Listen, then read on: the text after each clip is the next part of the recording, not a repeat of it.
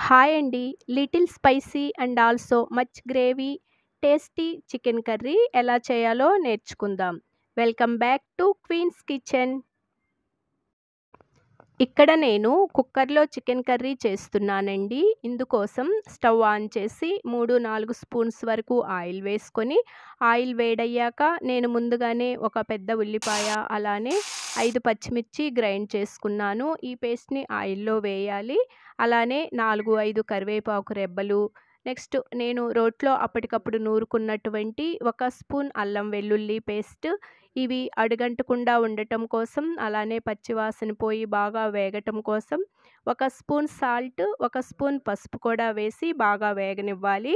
ఇది కొంచెం వేగాక 1 స్పూన్ జీలకర్ర మరియు 1 spoon garam masala powder, 1 spoon ధనియాల పౌడర్ కూడా వేసుకొని ఫ్లేమ్‌ని మీడియంలో పెట్టుకొని గరిటె సహాయంతో తిప్పుతూ స్పైసెస్ అన్నీ కూడా బాగా వేగనివ్వాలి.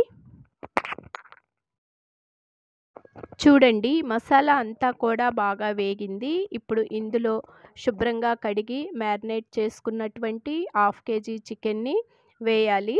ఇప్పుడు ఈ మసాలా అంతా కూడా చికెన్‌కి బాగా పట్టునట్లు గరిటె సహాయంతో బాగా తిప్పి మూత పెట్టాలి. ఈ ప్రాసెస్ అంతటికీ కూడా ఫ్లేమ్ మీడియంలోనే ఉంచాలి. ఆఫ్టర్ 7-8 మినిట్స్ మూత తీసి చూసినట్లయితే చికెన్‌లో ఉన్న వాటర్ అంతా కూడా ఇలా బయటికి వచ్చాయండి. చికెన్ ముక్క కూడా బాగా ఉడికింది.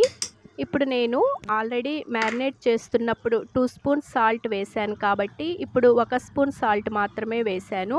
నెక్స్ట్ 2½ స్పూన్స్ వరకు కారం వేస్తున్నాను. మీరు ఇంకొంచెం స్పైసీగా తినాలనుకుంటే ఇంకో స్పూన్ వేసుకోవచ్చు.